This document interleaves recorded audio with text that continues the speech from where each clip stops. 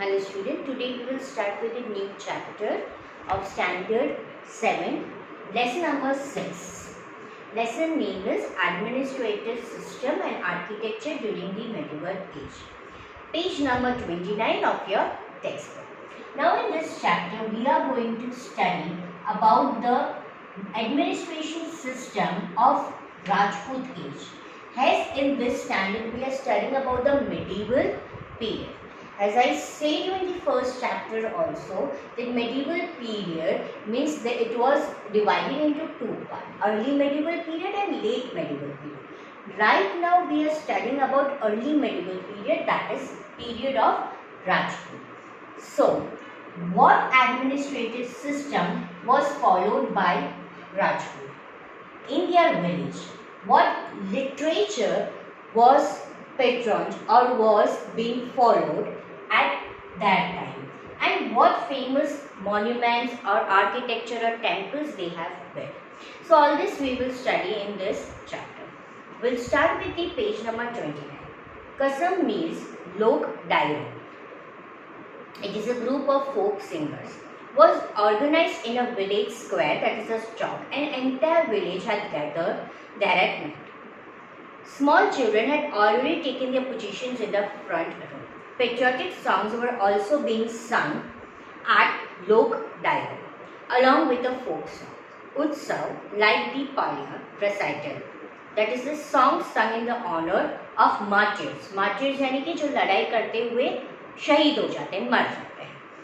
The next day he asked his grandfather what this Palya means. और उसकी grandfather उसे बताते, Palya is a memorial commemorating the heroes. यानी कि जो हीरोज लड़ाई करते वक्त मर गए होते उनके याद में ये गाना गाया जाता है. इट इज़ ए ट्रिब्यूट, उनको ट्रिब्यूट दिया जाता है who have sacrificed while protecting their kingdom for the welfare of the people. To it is a song sung to sacrifice for the people, to tribute them for who have sacrificed, जिन्होंने उनकी life को sacrifice किया है अपने kingdom के लोगों को protect करने के लिए. दिस पालियाज आर वर्शिप ड्यूरिंग फेस्टिवल्स, और फेस्टिवल्स के वक्त उनको वर्शिप किया जाता है. एंड सॉन्ग्स आर सॉन्ग उनको ट्रिब्यूट देने के लिए. This is the culture of our country. Utsav and his friend requested his grandfather please enlighten us, यानी कि हमें ज़्यादा बताओ about the culture of our country. Wait, said Grand. He went in and came back with some pictures, right? And that pictures were about the Rajput age. Now he tells about the administrative systems during the Rajput age. During the Rajput era, India was not ruled by one king. पूरे Rajput dynasties के era के वक्त India सिर्फ एक राजा से rule नहीं हुआ.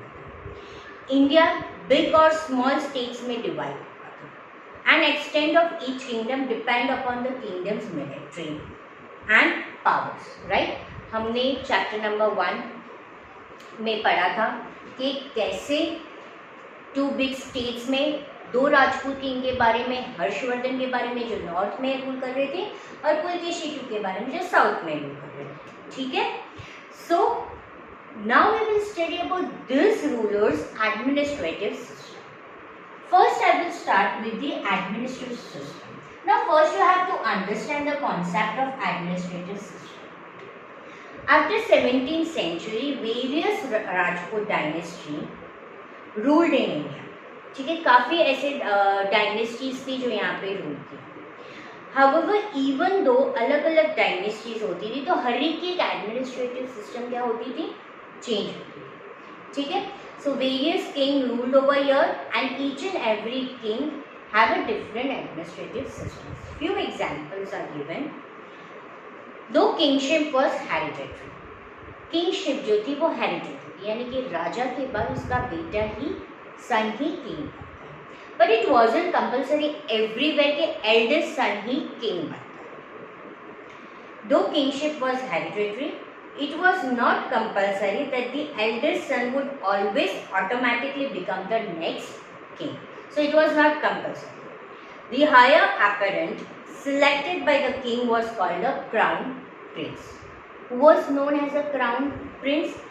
जो किंग सिलेक्ट करता है उसको क्राउन प्रिंस बोला जाता है। एंड इन सम केसेस जो पीपल और मिनिस्टर्स होते हैं उनके बीच में इलेक्शन होता है और फिर किंग उसमें से सिलेक्ट होता है। यहाँ पे एग्जाम्पल दिया गया है, while in Kashmir, King Yashashkara was selected and thrown by Brahmin group। उसको सिलेक्ट किया गया और ब्राह्मण ग्रुप ने उसको थ्रोन में बिठाया गया। इन Gujarat Kumarpal was selected as a successor by council of ministers।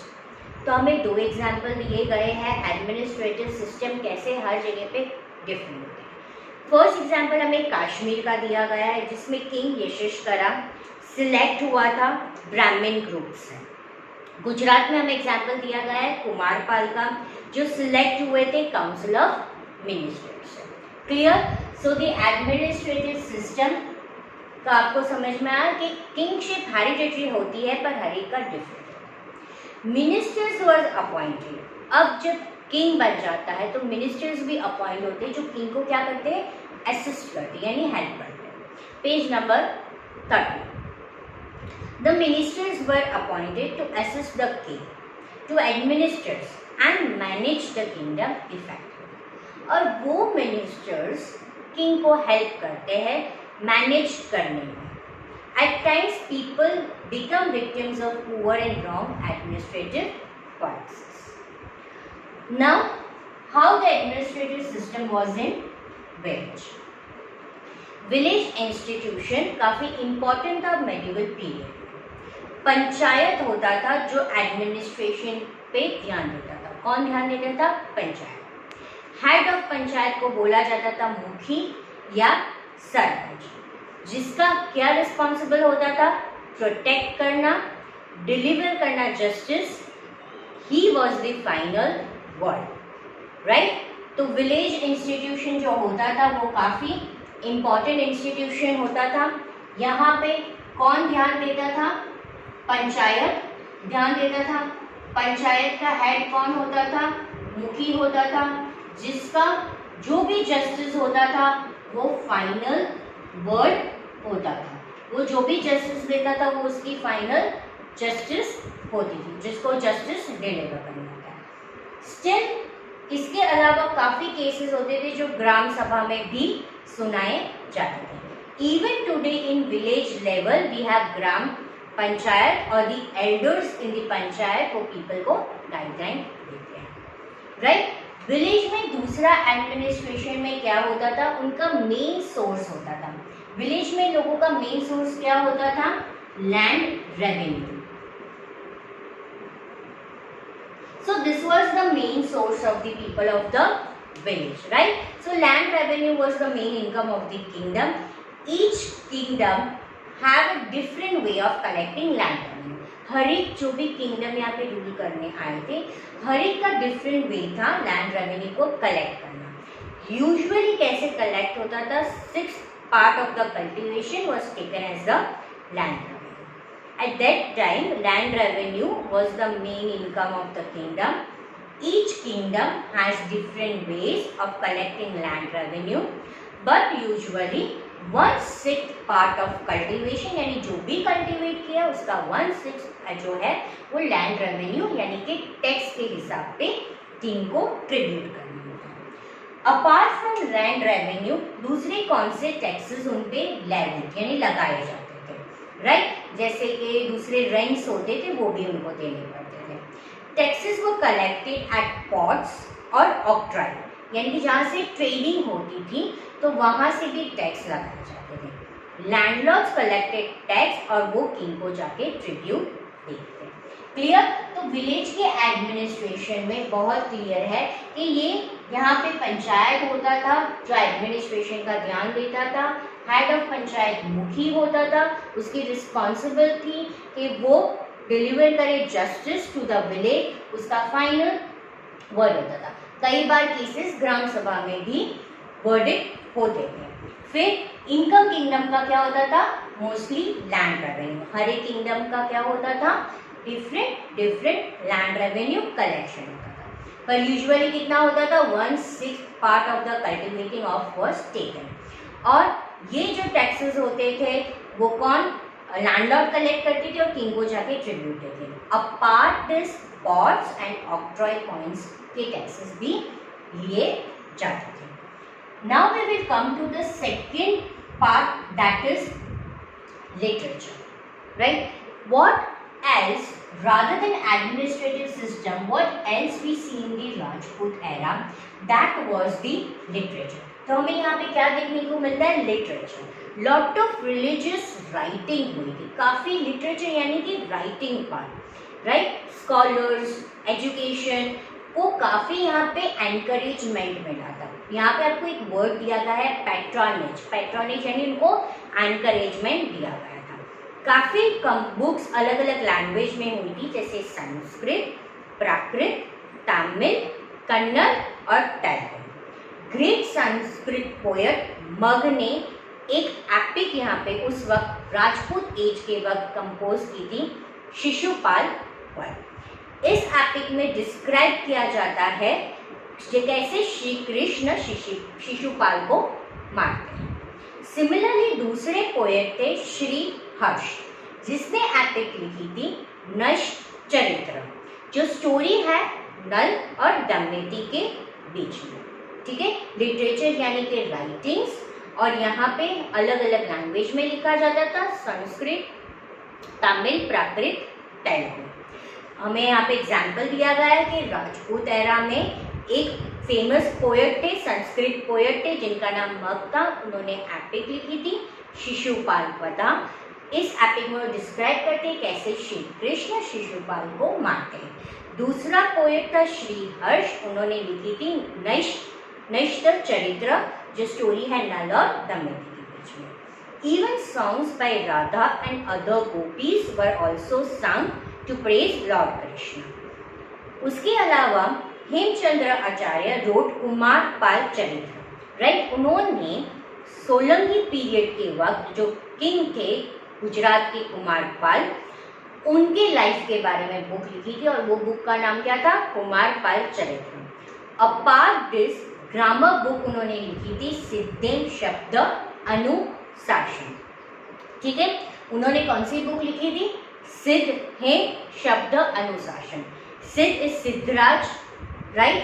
Hem is Hemchandra Acharya and Shabd Anushasan is grammar book.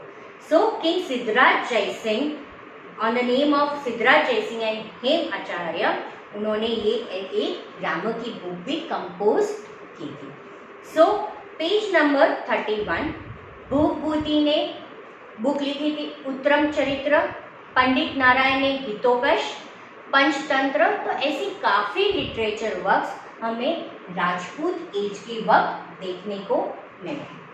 इस पेज में 31 में आपको दूसरे पोएट ऑथर के नाम, उन्होंने कौन सी बुक लिखी है, please underline, this is very important. वैश्य दत्ता, मुद्राक्षसा, कल्हा राज तरंगी, बिल्हन विक्रमादेव चंद, सोमदेव, कथा सरिता सागर, चांद बडाई, पृथ्वीराज रासो, मेरुटुंगा, प्रबोध चिंतमणि। ये अलग अलग ऑथर्स के नाम है, और उन्होंने कौन सी एपिक या बुक या स्टोरीज लिखी है उसके नाम है, जो आपको वन लाइन क्वेश्चन आंसर में आ सकता है और एमसीक्यू में आ सकता है। So I finish with the literature. Literature में हमने देखा कि राजपूत एरा में कैसे उनको एनकरेजमेंट दिया जाता है। दो फेमस पोएट के बारे में हमने पढ़ा, राइट? मग के बारे में, और हमने दूसरे श्री हर्ष के बारे में पढ़ा। उसके अलावा हमने हेमचंद्र आचार्य ने दो फेमस वर्क किए थे, एक सोलंकी राजा के वक्त किया था और एक सिद्धराज जयसिंह के वक्त उन्होंने ग्रामर की बुक लिखी थी।